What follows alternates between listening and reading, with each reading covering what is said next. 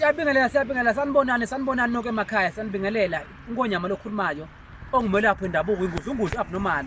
imoto enkulu ethola zonke imoto incwadi encane engafundeki ehlula abafazi namadoda abantu bayifunda behlula siyanibingelela kanonke emhlabeni ikakhulu namhlanje masilapha sizokhuluma ngesigubhu sala ekhaya noma sizokhuluma ngale ndoda esiza abantu elekelela umuntu ezintweni akazenzayo le ndoda uma siyenza la ekhaya ngoba abantu bayazi la ekhaya uNgonyama inyanga nje egayelayo umuthi from phansi ikunike makunike into enomthetho imithetho nje kodwa imithetho ebuya la ekhaya ngoba impinto ongeze uzothola umuntu ongazi nokuthi yena imithetho ihamba kanjani sikhona lesigubhu lesi mawusilandile su100,000 kodwa imali oza nayo uphatha 50,000 uzowathi usebenze ubuye imali kaNgonyama esele kuwena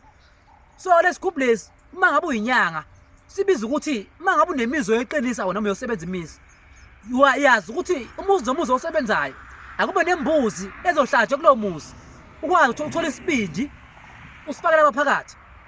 isibindi inhliziyo kube okwakho kodwa isibindi uzosicika uphisa ufakela phakathi leyo nyama isibindi inhliziyo ufuna ukwazi ukuthi akusala yosebenza khona ubuya nakho kudliwa wena kuphela kudliwa omunye umuntu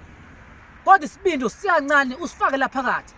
umuntu oyinyanga yazi uma umelaphi mhlawumbe uma usebenze ngenyanga imizi ewu2 kodwa kube ube nesiqiniseko sokuthi umuzi owodwa ngifakile isibindi la phakathi lamadoda angaxabana ngoba ayaxabana vele nawe so uma uyosebenza umelaphi lesigubhu asali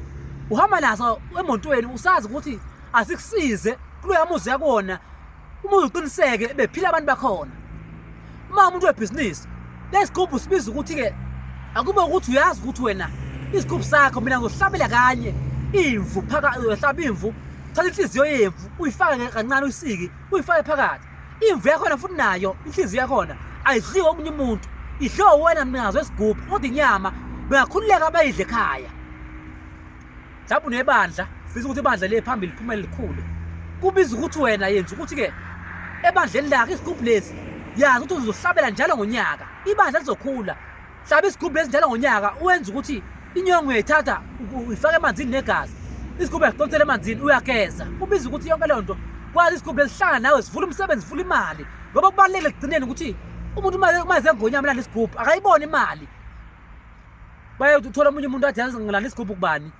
kodwa sekuvela wavaleka yonke into noma ngasibona ukuthi khona ngoba izilwane bengiyibona noma bengiphupha kabi kodwa manje imali ayizi zikhona abantu abenza izigubhu enjalo engahlambulukile noma umuntu akunika isigubhu sokulwa athi sodonsa imali so into enjalo masini isigubhu la ekhaya senza isigubhu ngokusemandleni ukuthi siyokuthatha sikubeke lapho ofuna ukuya khona so ngisho ukuthi ke kubantu kuhle ukuthi into uyilanda unyawo usaqala isigubhu zikhona kubantu bonke abayifunayo la ekhaya kwaNgonyama eJimistini eDelmo Park uma ufuna isigubhu yibe ukuthi sondela esigodlweni uthola isigubhu lesi esika100,000 50,000 siyakunika u50 usale ngakuwena ukwazi ukuthi uyosebenza likhulu ibhizinisi into yakhe ikhulu uyibone iya phambili ngoba ngiyathanda kusazi uma sihlangana endleleni mina nawe ujabula ukuthi le ndoda yangisiza yingakho mangenza izinto zokuthi abantu abaphile yikho mina ungangiboni ngigadiwe yikho mina ungangiboni kunezinto kuphela into engiyenzayo ukuthi ngithinta umuthi okufuna ngiwenze ukuthi awusiza abantu ngitsale kahle ngiyamthanda mina iyanthanda abnormal ngithanda ngodlungu